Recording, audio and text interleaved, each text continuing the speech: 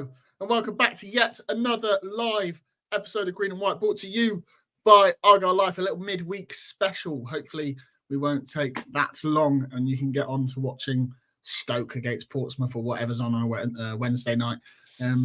Plymouth Argyle's visit to Turf Moor to face Scott Parker's Burnley may not be remembered too well come the end of the season, but the pre-match trip to the Boozer with two birds, an African grey and a macaw, might well be for us at least.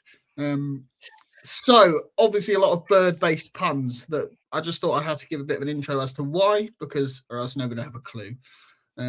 Starting with, did Rooney put all of his eggs in the Blackburn-shaped basket? Well, Morgan ducked, JB goosed, and Brownhill gobbled up the pen as our midfield played chicken. Burnley robbing the 3 points. But at least a star was hatched. And 18-year-old Joe came off the bench for his debut. And a little birdie told me that Lowe and Schumacher were both in the stands. Then we'll preview Blackburn's visit to Home Park. Will Edwards and Mumba be back, ready to help give Rovers a stuffing? There we go. That will do. That's over. And obviously, whilst you're here, little reminder, vote for us in the Football Content Awards for Best Punny Intros. Might be up for that soon. Anyway, that's enough of me and my bad puns, so I'll let these three do the squawking. Adam Price, how's things? A lot better now that intro's done, for sure. I think if you are going to go up for one of those awards, you are going to struggle against the creation for the scouting report. But, I feel it'd be unfair to have that included because of how much it would walk away with the title. So I guess your bird stuff's going to have to do. Yeah, I forgot to write one for you. But anyway, ready to ruffle some feathers. John Althorpe? Evening, Aaron. Evening. And the man who went cuckoo at full time, Sam Down. How's things? Yes, what was it, that feedback we got? Too many in-jokes, too much laughing at in-jokes on the pod. I don't know where they could possibly have been coming from with that. Yeah, better today. If you think that's an in-joke, just know that Sam behaved like something that rhymes with a cuckoo clock. Rhymes with? I don't. Well, yeah. Anyway, should we get on to that one? I think. John, I've given you the post-match run through tonight. I normally give it to Sam, but I've decided that you can have the honours tonight. Yeah, I thought it was a pretty poor performance, if I'm being honest. I'm not going to catastrophize about it like maybe some people whose views I've promised not to caricature in advance of them saying them. So I'll leave that to you know who. But I think we'll probably come on to this, but I don't think it's anything to worry about at all. So I do want to preface my run through of the game by saying that we've been in good form recently, had four very difficult games. This is effectively what mid-table teams do. I think that's what we're aspiring to be. So I'm not concerned that it was a pretty poor performance particularly. But that being said, it was a pretty poor performance. I don't think we ever really got going like we did in even the previous away game at West Brom, honestly, even though we didn't score up there, and certainly not comparable to the previous two home games where we were excellent going forward. I felt our decision-making in the final third was generally poor. There were too many poor touches, too many poor passes, too many poor decisions in terms of whether to have a shot or to slip someone in or whip it across the box, particularly late on when actually I felt we really did get into the game. We started okay, actually. First 5 or 10 minutes, I thought we kind of showed a bit of intent to at least try and get into them. But clearly they have an embarrassment of riches in terms of their playing squad, much, much more resources than we do. Some definite Premier League players in there mixed in with some very good Championship players. So it was no surprise that they came into the game a lot more, put us under a lot of pressure, had a couple of, half chances without really ever drawing a very serious save from Grimshaw. And then there was a penalty incident, which inspired a lot of anger in the away end. In real time, it looked pretty marginal to me. I think personally, having seen it back, I think it was a penalty. I imagine we'll discuss that a bit more, but at the very least, it's clumsy from JB, I think.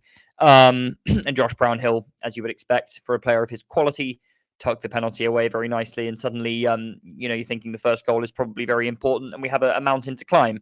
And of course, Burnley under their outstanding young manager built on that 1-0 lead, really went for the jugular against a poor side and ended up beating us 5-0. No, sorry, that's not what happened. Burnley, despite having much better players than us under their clown manager, totally went into their shell for absolutely no reason, invited pressure, invited us onto them, and ended up pretty much keeping the ball in the corner in cowardly fashion, despite the fact their squad probably cost about 150 times the assembled value of ours. I'll save our fans my feelings about Scott Parker, which will be well known to everybody else on this podcast.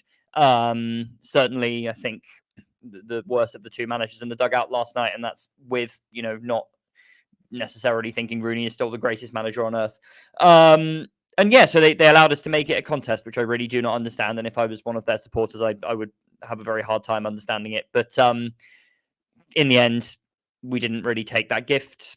We didn't make the most of the positions that we were able to create. And despite an improved second half performance, again, because I think they sat back and let us come onto them a bit more. And despite some good individual performances from some of our players, despite some desire to move the ball forward, not our night. But again, I'm not going to catastrophize about it. It's one game out of 46, a game where you wouldn't have expected us necessarily to get any points. I think there were some people who were very high on expectation after we beat Luton. But, again, we're aspiring to be a mid-table team, and that's what mid-table teams do. Win one week and lose the next, and I'm not particularly concerned about it.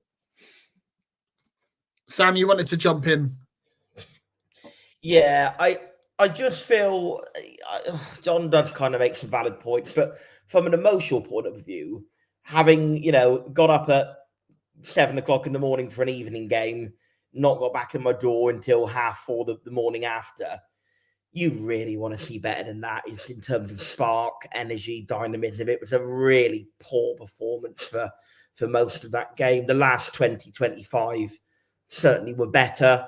We kind of, at that point, it was a bit of an, oh, heck, we're losing the game, we've got to go for it. But that, to me, and this isn't an indictment of Rooney ball, whatever, in general, because I agree that in general, even when we have been getting well beaten, we've not done this. Sorry, I'm just adjusting my screen there as Aaron is mocking with his head movement for the listeners who are not watching.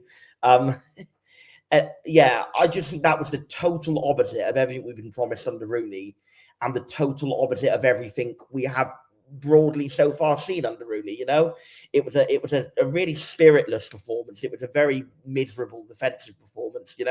Right down from the lineup when he picked what looked like it was almost like his version of that Schumacher Bristol City team last season, where he pretty much already decided that we'd lost the game before we'd started it.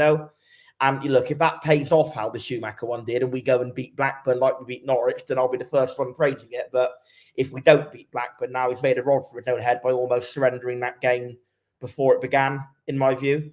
I know Edwards was injured, but he could have played Mumba at right back, could have played Galloway left back.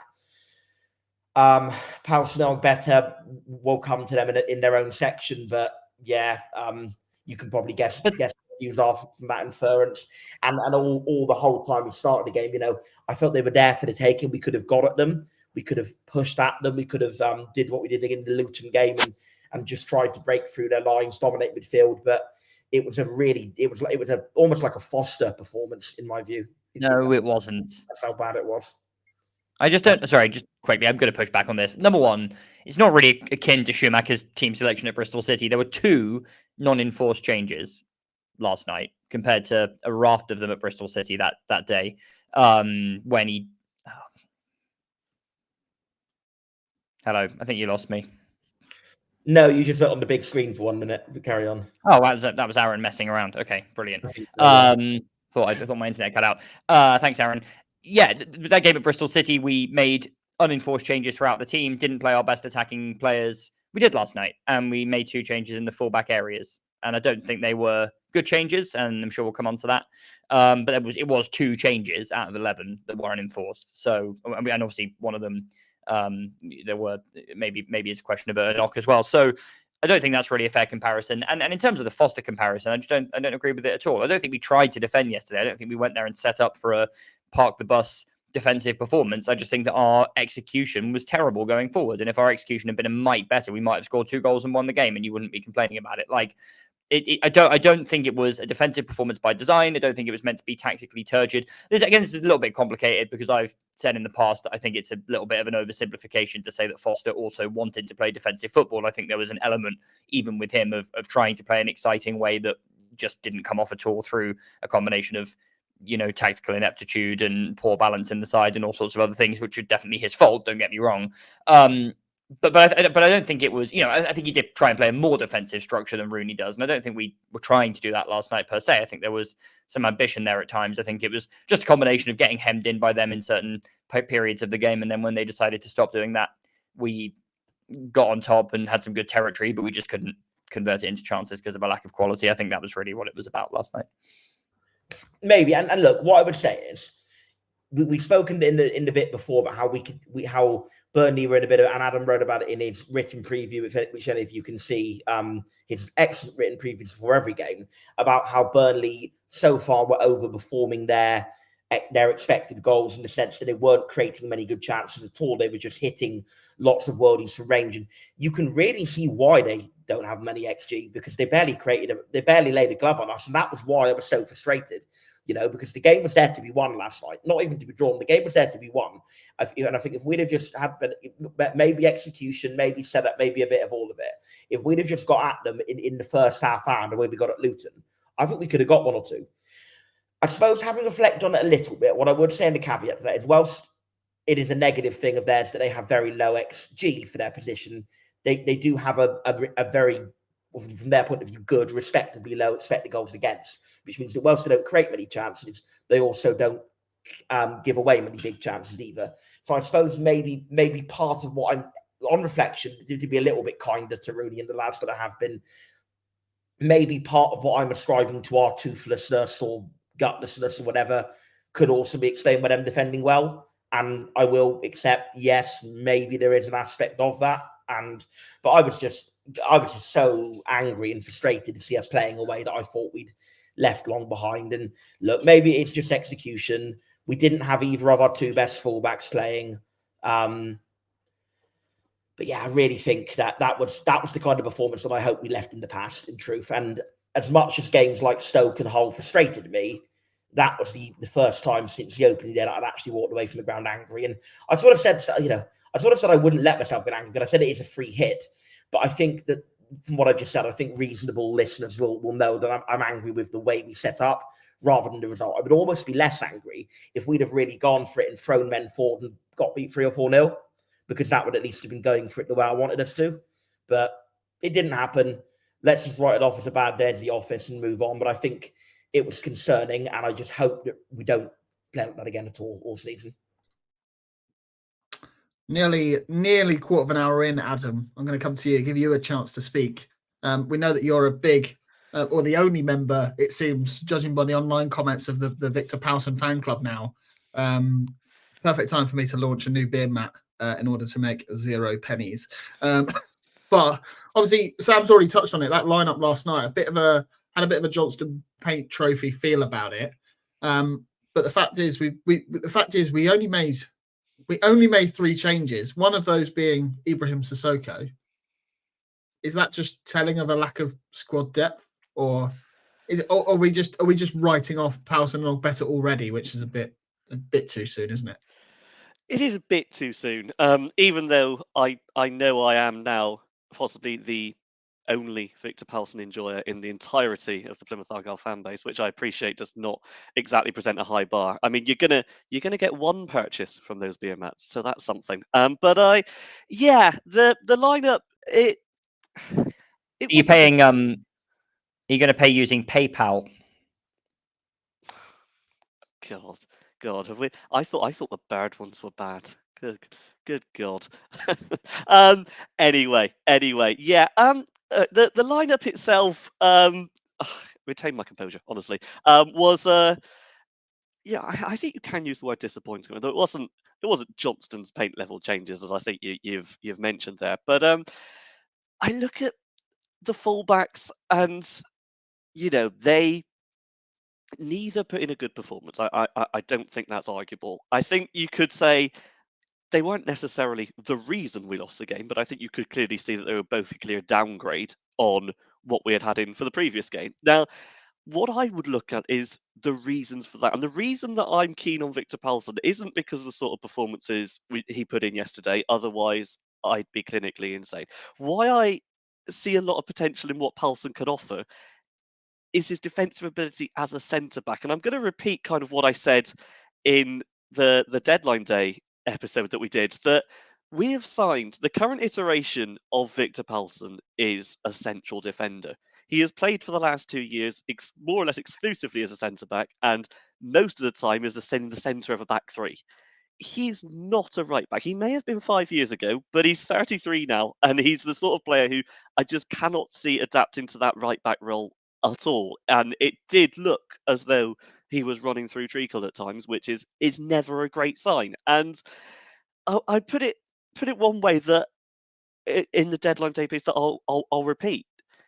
It's almost like putting Dan Scar at right back and just saying, there you go and perform, go and overlap over Whittaker, go and deal with Sarmiento or Jaden Anthony or whoever you wanted to put him against, and just expecting Dan Scar to do it. He couldn't. Dan Scar's a talented footballer, but he couldn't do it. Victor Palsson, I see, is very similar. He's not that sort of player who's going to go into that right back position, provide what Whittaker needs, provide what we need against defensive winger. But if we had him in the centre, genuinely, this may turn out to be my love of Victor Palsson being akin to Sam Down's love of Alfie Lewis. It could just be that this transfer doesn't work out. But genuinely, I look at him in the centre and think he could offer something. Maybe we'll never see it. He doesn't have me sausage, and he doesn't have me hostage, so that's something to. You just got a Keir Starmer.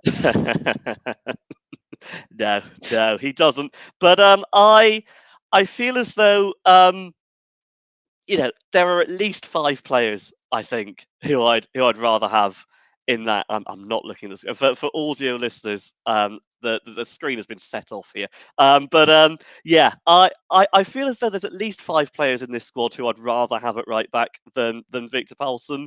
And to be honest, I kind of feel like if we swapped him over for Such yesterday and had Such right back and Palsson centre back, we might have been served better. But then, of course, you've got the option of, do you want to break up that partnership? And if you don't, then you don't play Palsson at the right back, you play Sorinola. So, it's a tough one. It's a tough one. On the other side, Ogbeta, he didn't perform either. And he hasn't performed at all so far. I will cut him some slack in the sense that he's only played in what's been pretty tricky away games so far, in the sense of the Wednesday, Watford in the Cup, who are on a good run, and this one.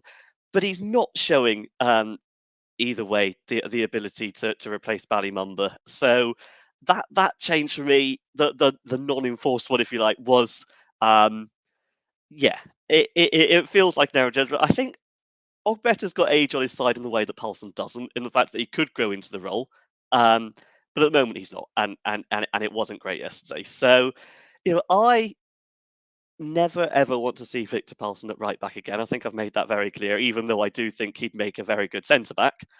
I can see a way that Ogbeta eventually grows into the role, in the sense that he's got time on his side. He's got the sort of attributes going forward that we haven't seen yet, that I want to see I want to see him be able to exhibit at some stage. But he's neither played well yesterday. Neither really has been played or set up in such a way that could enable them to play well. And to be honest, if we brought Palsson in to play right back, I think that experiment's going to fail very quickly. Ogbeta himself, he's got time on his side, he's got versatility, but he showed nothing yesterday that made me think that Mumba shouldn't be starting there. And again, there's probably at least a couple who I'd sooner start as Brendan Galloway. So yeah, disappointing for both of them. They can both be successful eventually, but they're not there yet. Palsson would have to change position, and Ogbeta would have to improve as time goes on.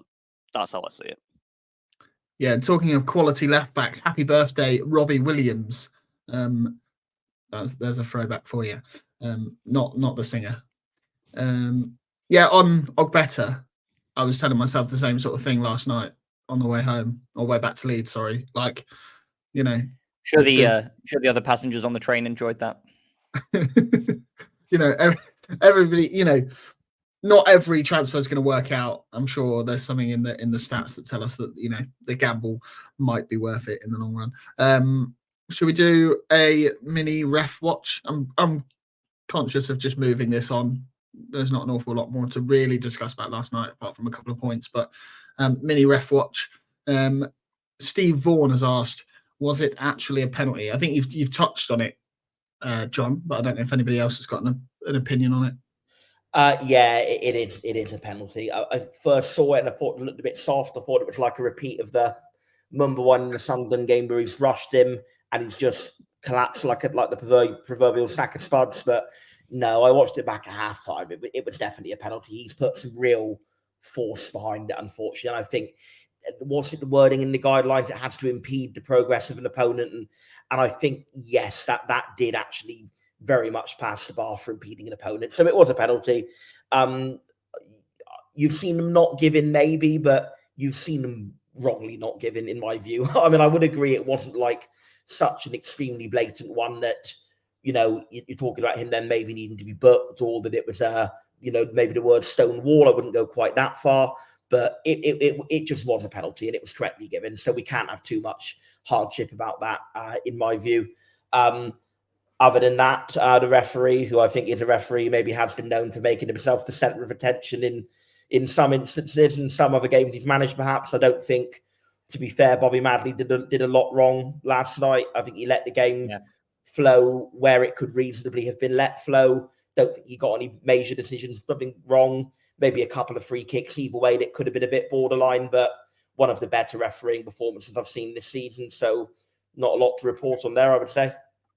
I think he also, we should give him credit, or the officiating team credit, for allowing an appropriate amount of added time at the end of the game. I wasn't on the West Brom pod in the end, was I? But I went absolutely spare in the ground at West Brom when they kept time wasting in the second half, and the referee kept pointing to his watch, theatrically indicating that he would be adding it on, and then he added 4 minutes and blew up on exactly 4 minutes, despite there being a couple of short stoppages in play in extra time. Last night he gave 6, and then it turned into like 8 because I think the extra time didn't really start for a minute into it because we had a player down injured, and then there were a couple of other little the ball was out of play quite a lot, actually, because they kept winning corners and free kicks and throw-ins in our 18-yard line down in the corner. So I think credit has to be given there for actually giving a fair amount of time at the end of the game. I was frustrated when Madley got in the way of that Adam Randall pass forward, which hit him on the leg. I think he maybe had time to get out of the way of that, to be honest, and that was a promising counter-attack. But otherwise, I agree with Sam. I thought he did actually a fairly good job. I think if we're going to comment on people's reactions in the ground, John, I think yours is a bit over the top to that mistake. I think. What you're talking about? Point out, is it it's a level playing field here, and the only reason I didn't think it was a pen initially in the ground, watching it back definitely is, and the reason I know it's definitely a pen is because John and Sam actually agree on something. So it must be right. If you look at it, none of the players really complained either, did they? I think they all knew it was a fair call. To be fair, they didn't complain about Chris Rigg falling over either. So, maybe there's a lack of fight in it. Maybe there's something to... That was a pen, though. Oh, wait, Joe's not here. We don't have to pretend, do we? No, it wasn't. No. Exactly. John, you're wearing him on your chest. You wanted to give Randall some praise. Can't remember what you said. I just wrote a note saying that you want to give him some praise. So crack on. Yeah, I thought he was excellent last night. Again, and I'm getting really excited about him playing in that kind of slightly deeper lying, pivoty role, because he already looks really, really good at it in a way that I think he was good last season. Don't get me wrong, but I think if we had come up to the Championship and thrown him as opposed to Houghton into that role, kind of anchoring the midfield in those early games when we're sort of still getting used to the level, I don't think it would have been as successful as what Houghton did with his little bit more experience and a little bit more, calmness on the ball. I think Randall is still very much a kind of work in progress player, but the progress that he has made so far over his whole career with this, but I think particularly at this level, has been really, really eye-catching, I would say. And I think even at the beginning of the season, if you'd said to me, let's sort of play with Randall in a deeper lying midfield pivot, I would have said, maybe not so sure about that. There are maybe other options there, and we can sort of free Randall up to have a bit less defensive responsibility. But he's proving to be really, really effective at getting on the ball, being very calm with it, very composed, passing through the lines really well, showing good vision. And I thought, while it was not on the whole a great performance from the team, I felt that he was really at the heart of the good things that did happen. And he's nowhere close to perfect in that role yet, which I think indicates to me that he's got so much room to become even better at it. I think we're watching something quite exciting happen there. A player who is realizing his potential in real time. We're seeing that, and who still has tons more potential to continue to improve. So yeah, I don't think it was a vintage performance last night, as I've already said. I don't think there are a ton of players whose individual performances will necessarily prove to be particularly memorable in the long run, but he deserves at least some quiet credit for another job well done. And yeah, I'm excited to see how he progresses in this new role that we've crafted for him. Oh, I thought Sam was going to say something then. Adam, there's been a bit of a discourse mainly on X, formerly known as Twitter, about Morgan Whittaker and Ryan Hardie's recent form, with some calls to see them dropped, to fire a rocket up their backsides. Do you agree with that? And if we drop them, who for? Well, that's the question, isn't it? I mean, it's all well and good saying that they should be on the bench for a game just to give them the boost that up the arse that Ibi Sissoko got before he came on against Luton. But of course, who do you bring in for them? The advantage we have this season over last is that one of the answers for Hardie isn't Ben Waine. We've got the option to bring Obafemi into the side and possibly do a similar job, which is great news. But we're talking about Hardie as if he's some sort of washed player, or he hasn't performed to the great levels. And to be fair, he's not performing to the first half of last season levels. I get that, but we're speaking 5 days after he assisted the opening goal for Al Haj against Luton. He's still offering something going forward. He's still just a couple of performances ago, the Sunderland game, where I thought he played excellently, won a penalty, converted it himself. He clearly still offers a lot, and I get the idea that we can start on the Femi for those reasons, to give him a rest. We've got the luxury of being able to do that now, which is great. But I still think it's worth putting some respect on Hardie's name for the fact that he still offers a lot. He still does a lot of the running that we need our centre forward to do in order to be a functional side. And I think if you are going to drop him, I don't like the use of that terminology. I think it's more a case of you rest him. You give him the opportunity to come on later in a game. I don't think he's done enough to be dropped from the side as such, even if he isn't quite hitting the heights of the first half of last season yet. He still does a lot. As for Whittaker, I'm not going to sugarcoat it too much. Yesterday was one of his worst performances, I think, for a very, very long time. Not a lot came off for him. That, I guess, when you're a team at our level, is going to happen sometimes. We know what Whittaker's like. We know that he can drop that sort of performance, and at the same time, next week he can smash one in from 30 yards and be our best player again. He's that sort of mercurial talent almost, that he has been known to drift out of games and come up with a moment. It just so happened that yesterday he drifted out of the entire game rather than the moments that we know. I don't think he was helped by the setup. I think there's a bit of discourse over Twitter about the heat maps, in the sense that Al Haj is much further on the left, much closer to Sissoko, and particularly when you've got a centre back behind you in Palsson who's not going to be doing the overlapping, then Whittaker's kind of on his own, and he's going to struggle. But this is a situation where it's even less likely we're going to drop him, because who do you bring in at this point that's going to have even an ounce of what Morgan Whittaker's offered? Do you put Bundu on the right? Do you test Isaka if he's ready? I mean, no, a lot of those options may have some merit, but not a lot of them have the same merit as keeping our best player in the side and seeing if he can perform in front of his own fans. He's, again, I'm keen not to sugarcoat this, because yesterday he did not play well, and I think he'd be the first to admit that. But unless you're going to do what you did with Sissoko, in a sense of you drop him for one moment and suddenly bring him in after 60 minutes to see if he can score a couple of goals, and that rocket will help, I don't think any of the arguments to drop him from the side are valid, mainly because of the replacements that are available. And, I was on this podcast a couple of weeks ago after the West Brom game where we were having similar questions about Whittaker. I still think, in the main, even if he's not scoring, it's important to note that the effect he still has on the side. I think particularly in the West Brom and Luton games, we've seen a new ability to pick crossfield passes to Sissoko, which I think has been excellent and offers us so much in the way that he's able to switch play and add another string to his bow, if you like, even if he's not smashing them in from 30 yards every game. Again, I'm going to come back to the same point. Yesterday, that was not there. And he's going to have to make sure he doesn't drop those sorts of stinkers every now and then. But in the main, I don't buy into the argument that he's had a poor season so far. I don't buy into the argument that dropping him is to the good of the side, even though you could perhaps do so for an hour or so in a certain game to try and bring him on against tiring legs. I've said it before, I'll say it again. He's still our best player, and we do well to remember that. Yeah, I can't see Burnley triggering that obligation to buy, option to buy, sorry, come January. Anyway, Jack Blackcat619 on X asks, why are we suddenly really short on strikers again? Last season, all over again. Obviously, Tijani is now out with a hamstring injury that will see him missing until the new year. Are we ever likely to see him in an Argyle shirt again?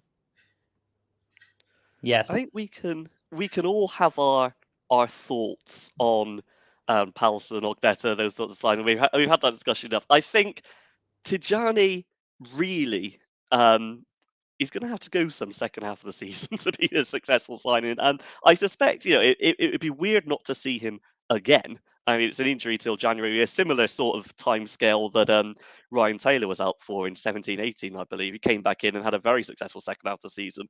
Tijani still can, but he will have missed over half the campaign by the time he gets back on the pitch, which isn't great for one of our precious loan slots. I don't know what goes on in training. That this is his third injury already, and he's now just obliterated his hamstring. I mean, ads on a postcard for exactly what he's getting up to. But we'll see him again, and hopefully he can have that Ryan Taylor second half of the campaign. Because it's just not worked out for him so far, and I hope it does, because as I've said before, he's the sort of player who offers us something different and offers us that Sam Cosgrove role we were lacking last season.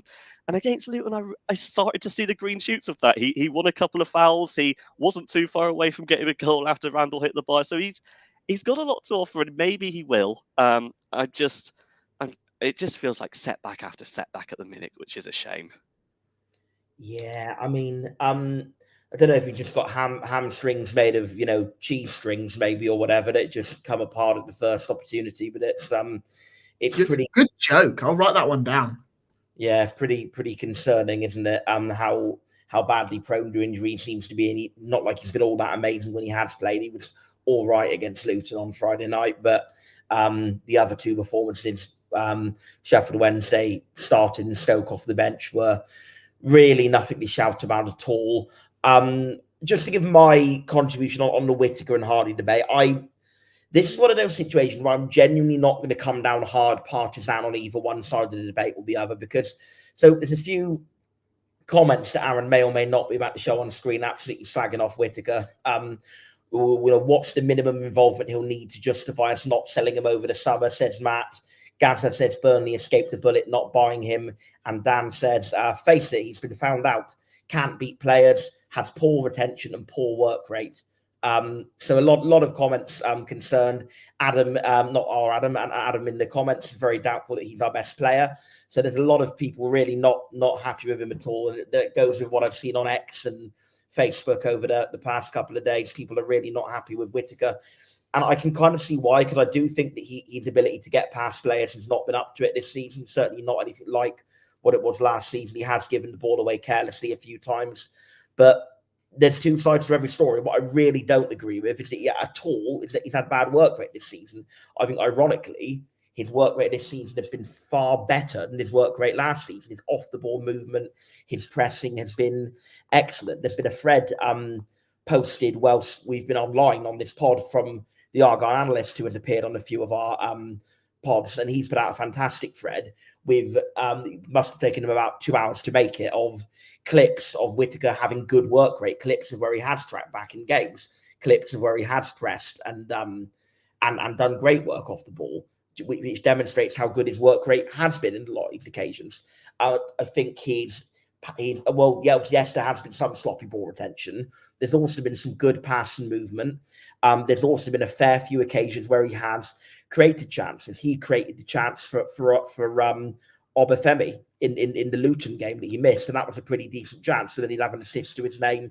It was him who had that fantastic shot from a nothing position against Sunderland that Patterson had to palm back into his own defender, whereas he had no right to have that good a shot from that position. It was him that put Hardie through on goal against Hull that Hardie then scuffed. It was him that put Hardie through against West Brom that Hardie scuffed. It was him that created the decent Bundu half chance against West Brom. So the idea that Whittaker hasn't contributed this season is completely for the birds, in my view.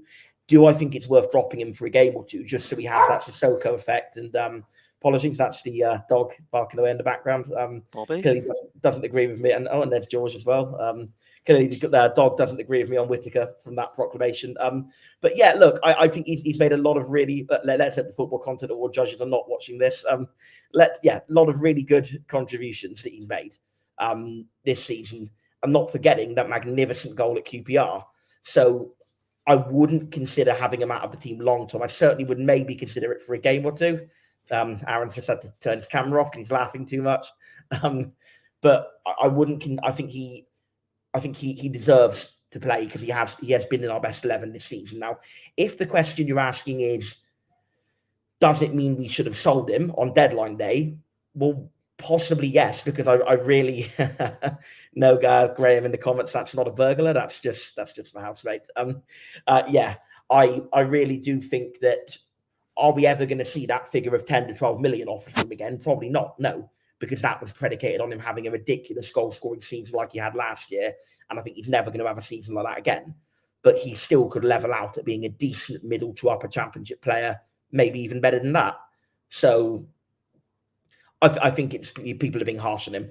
And I saw one comment saying, we're never going to make back the million we paid for him. Like, come on, that's a bit much. I agree we're not going to make 10 million, but you're telling me now that teams wouldn't have Morgan Whittaker for at least sort of 3 to 5 million, how well he's been playing this season. I think that's crackers, in my opinion. So Whittaker, I think, absolutely is part of our best team. Ryan Hardie, I think there is a little bit more ambiguity about that. Yeah, that's just George commenting that the dog wouldn't come to the door for his walk, for the listeners there. But yeah, Ryan Hardie, I think there is a bit more of a case for it because Obafemi, at least on paper, has got good pedigree. Because I think part of it with Whittaker is who on earth comes in, whereas Obafemi is the obvious answer. But then, as much as Obafemi has good pedigree, he's not been good for us so far. He had a good cameo off the bench at QPR on his debut, but he hasn't been good apart from that. So it is a difficult one. And I think even with Ryan Hardie, and I'm sorry, I know this is quite a long monologue, but I do feel I want to get this off my chest, is that even with Ryan Hardie, he's still contributed as well. He chases down keepers brilliantly. He very nearly forced Trafford into a mistake in the first half.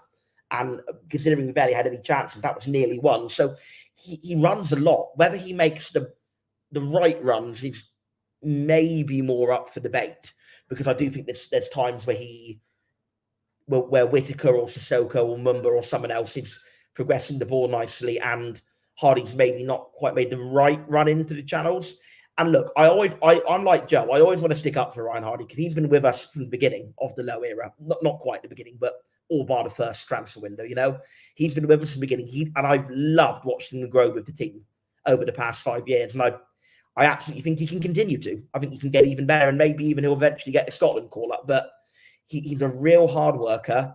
He's just not quite getting the service in some regards. I know I kind of maybe contradicts my earlier point that Whittaker has had some good chance creation, but look, I agree he's been inconsistent. Sissoko's been inconsistent. Al-Hajj is only just getting his feet under the table in the side. So I do think you have to question the service around Hardie. And you know what? I think since the international break, when we did change to more of a 4-3-3, when we brought Rami Al-Hajj in, it is genuinely looking better for chance creation, much better. So I think, and the first 4 games, I know that John thinks that the whole game was a magnificent performance, that we were the victims of horrific luck. See, I can caricaturize as well. It's not just you that can do it, John. So But I think the first 4 games we created very, very little. QPR, not helped by 10 men. But I think the first 4 games our chance creation was pretty terrible.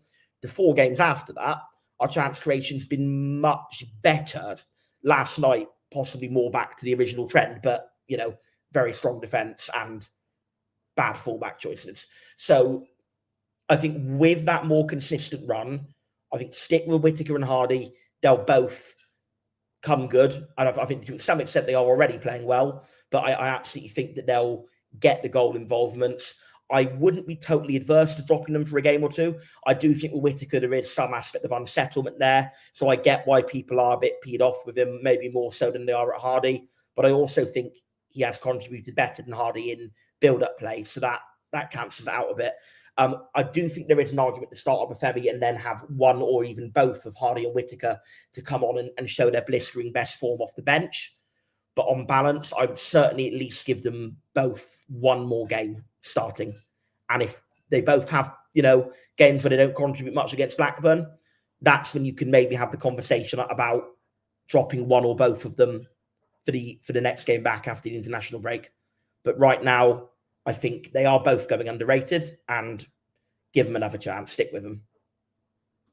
Yeah, the only thing I want to add on that is it feels like Hardie, you mentioned Hardie Scotland or potential Scotland call-up.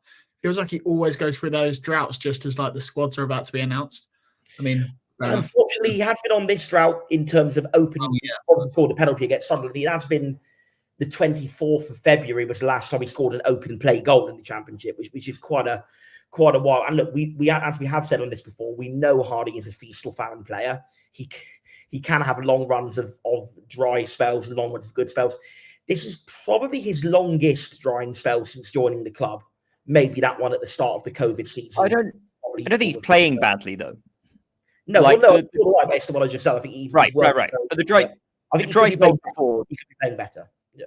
The dry spells before have often been like doing insane things, like that one where he smashed the bar at Ipswich in that game. We ended up drawing 1-1 in the promotion season, right? Missing easy chances. I don't think he's missing easy chances at the moment. He's just not really getting chances through a combination of the back end of last season, us creating absolutely nothing for him and him being understandably seemingly wiped out physically.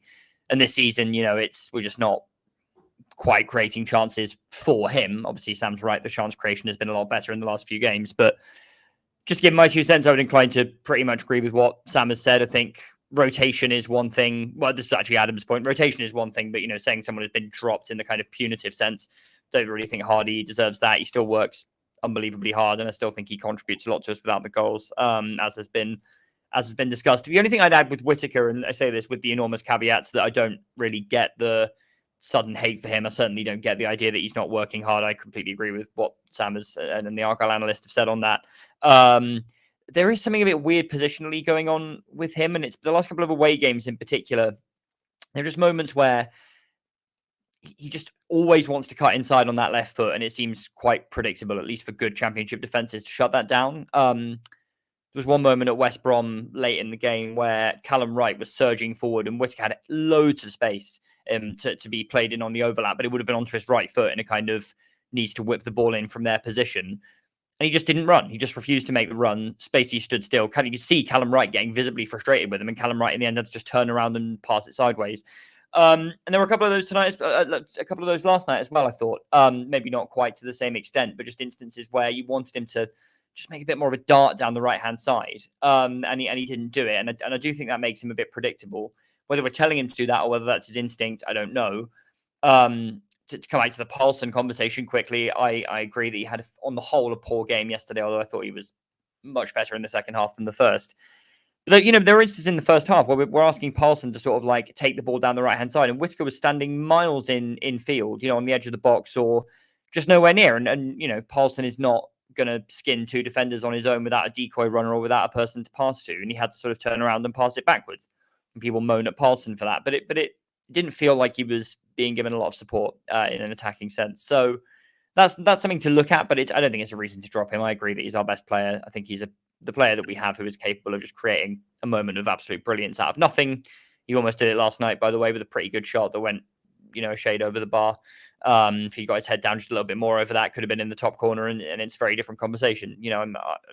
He's still creating things for us, as Sam says, and I think he will come good in a kind of a more obvious way. If the bar for him is the beginning of last season, he's not going to reach that, and I think people need to let go of that expectation, because that was a ridiculous overperformance. The bar is not that high for me, and I think he's meeting it most of the time, close to it most of the rest of the time. Last night was poor, but every player has poor games. Yeah, and look, the one thing I really want to push back on, I've seen a few people say, again, Dan said it in the comments, and I've seen other people say it, that they agree with me on Whittaker and not on Hardie, but I just think that there is so much selective vision going on, because I don't think, just please do check out the Argyle analyst thread. He's probably put quite a lot of time in making it. There are so many examples of where Whittaker has tracked back really well. Because you don't always want your wingers bursting along to get back. Sometimes you want to leave a man or two up for the counter, but there have been many times where he has done that. And as another podcast community, Joe, has put in a private group chat of ours, imagine my shock, someone who scored 18 goals and gets nearly as many, well, not nearly as many, but quite a lot of assists, is double marked out of the game. I mean, I absolutely couldn't agree more. I mean, I absolutely do feel that people have got really hard. Maybe I'm going to say out to get him. I think out to get him is a bit much. I'm not going to deny people pay their money. They can have their sincerely held opinions. But I think people have got selective vision on Whittaker. I think they notice the bad stuff and don't notice the good stuff, is honestly my view. I do agree to some extent that he's probably never going to have that again. He's probably never going to be a Lazio level player. And really, that was probably his only chance he's ever going to have of getting that move. And it's gone now, which for him is a shame in a way, because I don't think he will ever reach that level again. But will he be a middle upper championship player, maybe even a Premier League player? Yes, there is still a potential for him to reach that level. And yeah, I just think people are being way too harsh on him. I think with Hardie, I can understand it a little bit more, because whilst I absolutely wouldn't deny for a minute he's working very hard, I think the contributions aren't quite on the same level as Whittaker. But even then, that's partly down to bad chance creation with the team. Could he be doing a little bit more in terms of finding good goal-scoring positions? Yes, I think possibly he could, and that's where I would agree there is a bit of legitimate criticism. But it amazes me that people have just decided that both of these, or even that one of these, their heads have gone and they want to be elsewhere. I think there may be a kernel of truth in it for Whittaker, because I do think that press conference he did before the Luton game, where he kind of admitted he was always on his phone about other clubs on deadline day, was a bit of a weird comment and it went a bit under the radar. So I do agree with Whittaker, there's maybe some truth in that. But does that mean he's not trying? No, it blooming doesn't. I think he absolutely is trying. And anyway, I've probably spoke far too much on this subject, so that's the last word on it. Somebody waiting in the wings to take Ryan Hardie's place, Adam, is young Joe Hatch. I just want to give him a quick mention. Obviously 18 years old, made his debut last night. He's the next one off the conveyor belt of the talents that we've produced recently, in the likes of Michael Cooper and Luke Jeffcott and Adam Randall and Freddie Asaka, I suppose. I've already used the Ballon d'Or question, haven't I? You can again if you like, and I'll just say that he'll come second in the Ballon d'Or race to Rami Al-Haj. So it's a shame, but it's a great effort. I'm definitely not the best person to ask. I've seen Joe Hatch play for about 4 minutes across his life, so it's nice for him to get out there. I think it's a. He played 8 minutes last night. So what were you doing for the others? But I had my head in the hands for 4 minutes while they're keeping it in the corner. So it happens. He's there's a slightly more serious point of the fact that we know Rooney has mentioned the idea of he's not afraid to give youth players a chance. I mean, there's a chance, and there's 8 minutes at the end of a game against top tier opposition. But yeah, it's always nice to see it happen. It's something that perhaps wouldn't have happened in the Adam Sheridan era, perhaps, where there was a lot more focus on. I think there was a lot more times where we preferred loan players occasionally from clubs in the same division than we would giving our own youngsters some minutes. Got no idea how far he's going to go. Maybe he'll be the next hero. Maybe he'll be the next hero for us. Maybe he'll be the next hero for Torquay United. I don't know. But it's always nice to see him make an appearance, and hopefully a nice long career ahead. Nice. I don't know if anybody else has got anything. Sam, Yeah, was it Joe Hatch? I do actually. I think with Joe Joe Hatch. Hatch got injured in Marbella, or was that Tegan? No, Finn? that was Tegan Finn. Oh, go on. Sorry, carry on. But yeah, I think one thing I want to mention on Joe Hatch is when there was a great moment later. Just to quickly interject, Matt asked in the comments, do we know what happened to Freddie after the red? Has he been absent? Yes, he has been injured. Rooney confirmed that in a press conference, I think last week or the week before. I think he actually possibly even injured himself making that challenge that he got red carded for. I think I may have misunderstood that, but I think that was the gist of what he was saying. So yeah, that's but certainly injured anyway. No matter how he did it, it certainly is the case that he's injured. Going back to Joe Hatch, I want to just as well. It was very tough for him to make an impression in the short time he was on, but he made one absolutely fantastic run, and I think it, ironically enough, after me just defending him, I think it was Whittaker. I can't remember for sure whether it was Whittaker, but I think it was, who had the ball and sort of tried to beat a man and didn't really beat a man. And Hatch was there in a lot of space crying out for the ball and could have had a tap in if it was squared to him at the right moment. And obviously, he never got the ball, and whoever it was who had the ball, Whittaker, apologies if it wasn't him, but whoever it was who had the ball completely wasted it and just sort of ran into the player. But if he'd have picked out Joe Hatch, Hatch could have had a tap in for a late equaliser. So just give him some credit for that, because having that poacher's instinct of being in the right place, that's how he's managed to score about 1 million goals for the academy this season, right? So he could be a player who could play some substantial minutes this season. Certainly with Wayne out on loan and Tijani being injured, I wouldn't really rule out from seemingly having an absolute abundance of strikers at the start of the season. Obviously, Wayne then went out on loan and Tijani's now out till January, so we won't see either of those two until at the very least January. So, and obviously Asaka is now also injured. So from having an absolute abundance, we've completely now only really got Hardie and Obafemi. So yeah, Stevie's just said in the comments, 12 goals in 8 games for Hatch in the youth team, which is just extraordinary.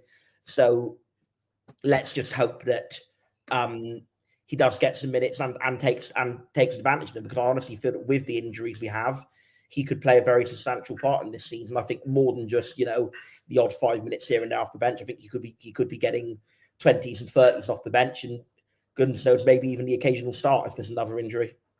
And as I've just been reminded via WhatsApp by the greatest goalkeeper never to grace Plymouth Argyle, Jason Peters, Joe Hatch managed to get a hat-trick against him the other night. Graham Carey didn't manage to score past him. So there are levels to this game. Ollie Watson did, though, didn't he? Managed to score past Jason Peters. Yeah, Jason Peters is no Kyle Leverin. I'd just like to get that out there publicly. There you go, Peters. You get a little shout out. You can leave me alone now. Should we do a quick Blackburn preview? John Eustace, where are they in the league? Are they still flying high? No. They got thumped last night at Coventry. That was burst up. Of course they did. Of course they did. And obviously they'll get thumped again on Saturday. Is it Saturday or Sunday? Saturday. Sure. This is how much prep I've done for a Blackburn preview.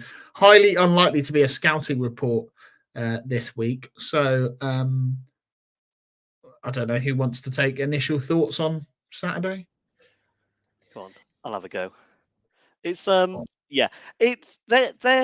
another side we're playing in quick succession that are XG overperformers right now, but Blackburn have done it very differently to Burnley, in the sense that Burnley have got quite fortunate with long range goals and potentially some pretty dour goalkeeping that they faced in a few of their games coming into ours, whereas Blackburn are shooting really well. I think going into that Coventry game, they're the best XG or post shot XG in the league.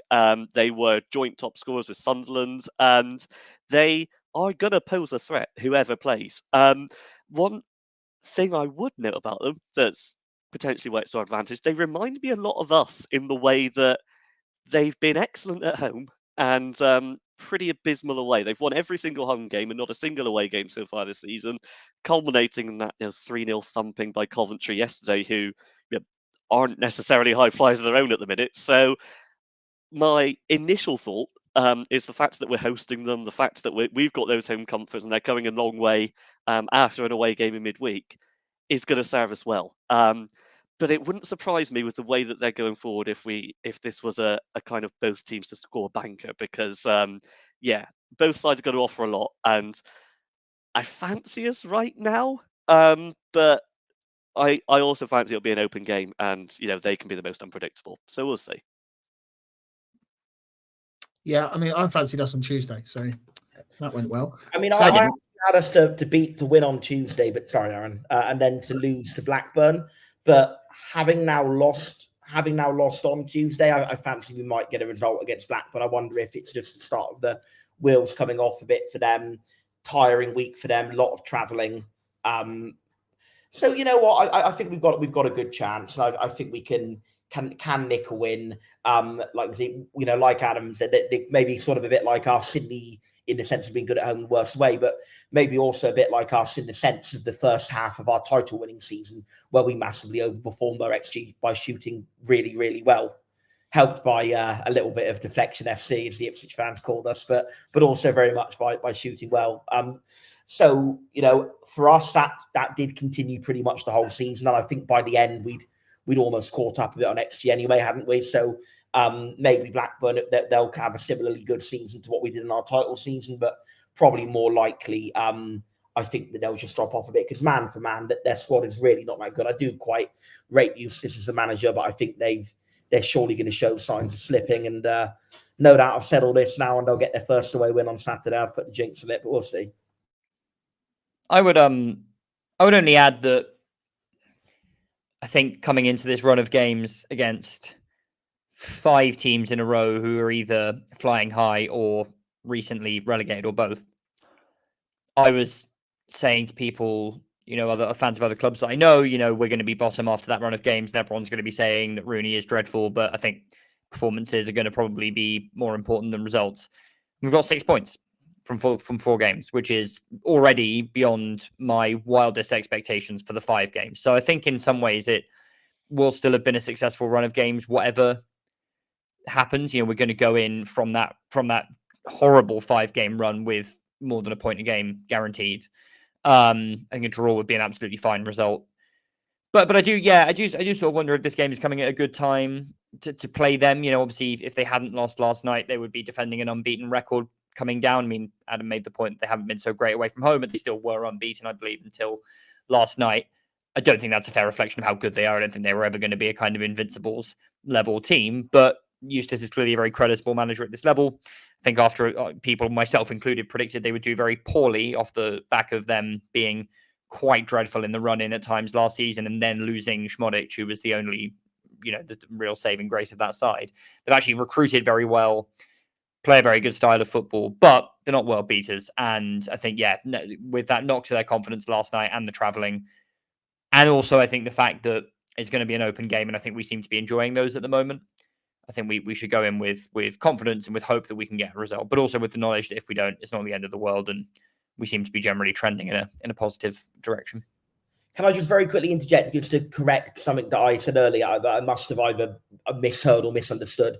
Isaka apparently injured himself on international duty with Wales. It was nothing to do with the tackle, so I must have got that wrong. But he is injured, but it's an injury picked up with Wales, I can confirm. And back to Blackburn. Injuries on international duty, they happen to big clubs like us, I guess. Yeah, but it turned out Hazard actually wasn't international duty after all. Hazard was running up for a corner in the Stoke game, which incidentally we've not sent Grimshaw up for any corners when we're losing since, which seems a bit of a needlessly reactive measure in my view from someone who wants fearless football. But there we have it. That's a very small gripe of mine. Anyway, sound out having small gripes. Didn't sound like you, Adam. As our little. Sorry, that's condescending. As our preview expert, a boost if anything. Yeah. as our preview expert, who are the main threats that we need to look out for? Obviously, Ahashi looks class, but beyond that, and Tyrese Dolan, I'm not really too. Yeah, Ahashi was the one that I'd bring up. But there's a few that have impressed me. I think if there's one person you want to, you'd expect to see in the thick of stuff, is perhaps Lewis Travis in midfield, who I didn't necessarily think was going to get a run this season. He ended up on loan to Ipswich at the second half of last season, which was a bit weird because it was a clear upgrade, and then he just came back. Strange one, but they love loaning players. Ipswich, that's what I heard. Well, yeah, I mean, loan FC, right? It's just the way it is sometimes, and the rest of us have just got to cope. But Travis is the sort of guy who I I think he's already one booking away from a suspension. So he's that sort of physical presence in the centre of the park that we're going to have to deal with. You'll see a lot of him. Is I think how I put it, and hopefully it can be one of those where we have the beating of him in the duels, and he picks up an early yellow, and we're looking good in the game. But alternatively, he could be the sort of presence in the middle who dominates us and gets them on the front foot. So he's probably their key pivot. In my mind, along with Ahasio, I know Aaron you've already mentioned, but yeah, we get the better of them in midfield. We're looking good. Yeah. Already spoken about the next point about dropping Morgan, so don't need to do that again. Any tweaks you would like to see to the lineup, John? Yes, fullback area would be a tweak I would very much like to see on both sides. Look at it. I thought Adam did a good job of running that down earlier, and I really don't want to sound overly reactionary. I think obviously Palsson is someone who plays for a pretty middling international teams. Obviously a player who has some qualities, but yeah, he does not look like a right back. And Ogbeta, I'm hoping he will get better. But at the moment he looks off the pace at this level, I think it would be fair to say. So I'm hoping and expecting as well that Joe Edwards will come back in. He has been, for me, by far our most important player this season. He's really the sort of heart and soul of the side, and I don't think it's any coincidence that for me our two poorest performances have come when he's not been on the team sheet. And yeah, obviously thought we carried a lot more threat going forward down the left-hand side when Mumba came on for Ogbeta, while also looking better defensively. So that would be a change that I would definitely make. Fitness of all of those people, depending. Another one, I don't know if he'll tolerate it so much, and it's probably one of those where our fans might not tolerate it either. But I said in pre-season that Sissoko looks like a really good impact sub at this level. Exactly the sort of player that you want to bring on to stretch tired defenders, who from the start is maybe someone who's a little bit more in and out of games, someone who's a little bit, prone to losing the ball by attempting 17 step overs in a row. So I don't know. I think he will obviously start his fair share of games. I think he's somebody who clearly has the ambition to start every week. I do think there's a case though for bringing Ogbeta back in or someone else, down that left-hand side from the start, and then throwing Sissoko on to kind of stretch the game later on. That really did work very well against Luton. But Blackburn are a different type of side to Luton. The game might be stretched earlier, but likely to be a lot more open from the start. So maybe that's not a smart change to make. But I don't think we need to make too many changes to the lineup. But the ones at fullback would be the priority for me. And I think outside of those three changes we made last night, the two unenforced or not necessarily enforced ones, and then the one that was enforced, I think the rest of the team seems to be on pretty good form at the moment. I wouldn't necessarily mess around with it too much. Yeah. Anything else to add before we call it a night and maybe do predictions? Yeah, Palsson and Ogbeta may well have some uses in some systems, but certainly not as fullbacks in a 4-4-2, in a 4-3-3, in a attacking setup. So yeah, Edwards back in if he's fit. If not, Mumba at right back, Galloway at left back. And yeah, that's what I'd say.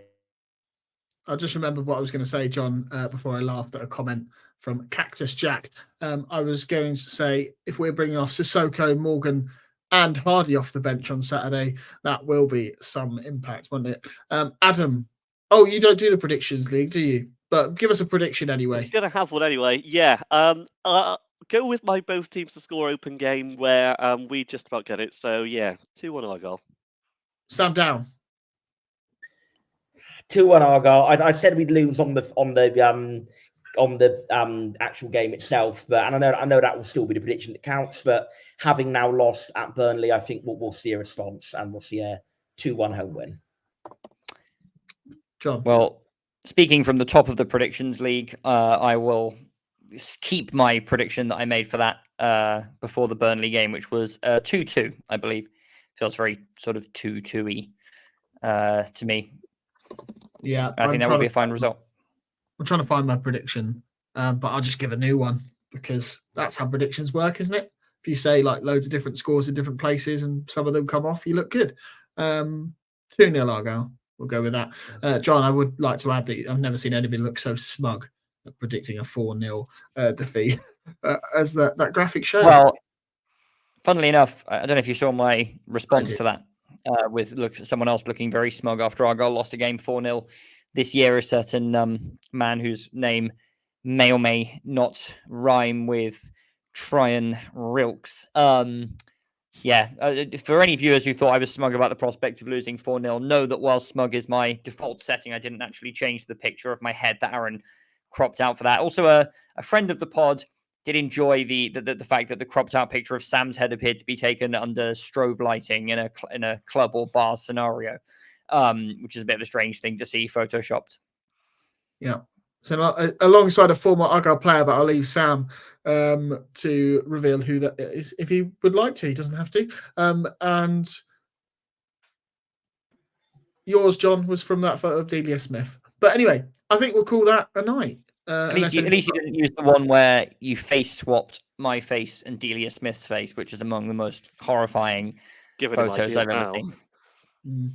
Shout out to Argyle Memes for that creation, obviously. All right, it wasn't you, did it? No, there's one of me and Sam and Ben Wayne and Adam. No, it was a picture of Ben Wayne and Adam Randall when he put your face on Randall and my face on Ben Wayne. Class.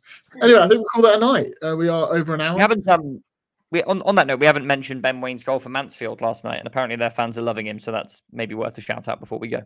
Yeah, he did also miss a 1-on-1 though, so not quite the finished product yet, but it is waning Ben in Mansfield, which is class. I just nothing I'd love to see more than him just do really well, like just be a really happy man, because he is, and just carry that on for the rest of his life and just be known as that happy little striker that scored loads of goals, even if it's in the lower leagues. Who cares? Yeah. Goodbye. Bye. Thanks, Aaron. Love you. Bye. That's what I say now, isn't it?